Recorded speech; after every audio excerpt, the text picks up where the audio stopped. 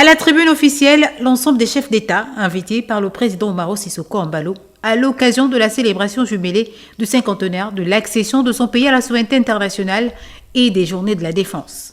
Parmi les autres, le Gabon fièrement représenté par son chef d'État, Brice Clotaire Oligui Nguema. Dans sa tenue d'apparat, le président guinéen, arrivé à l'esplanade de la place de l'indépendance de Guinée-Bissau, salue tout d'abord ses invités avant de prendre place pour le déroulement des festivités.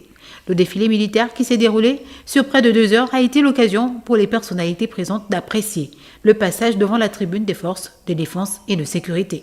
Le grand public de la capitale a également poussé des cris de joie et donné des salves d'applaudissements lors du passage des troupes. S'agissant du défilé militaire, ce sont plus de 5000 personnels recrutés au sein des forces de sécurité et de défense nationales qui ont marqué et cadencé le pas devant les personnalités présentes à la place du défilé de Guinée.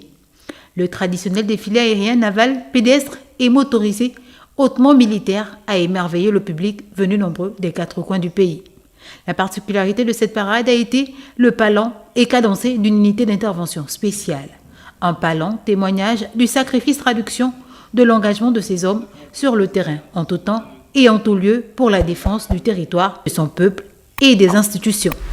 Le défilé civil n'était pas en reste lors de cette célébration.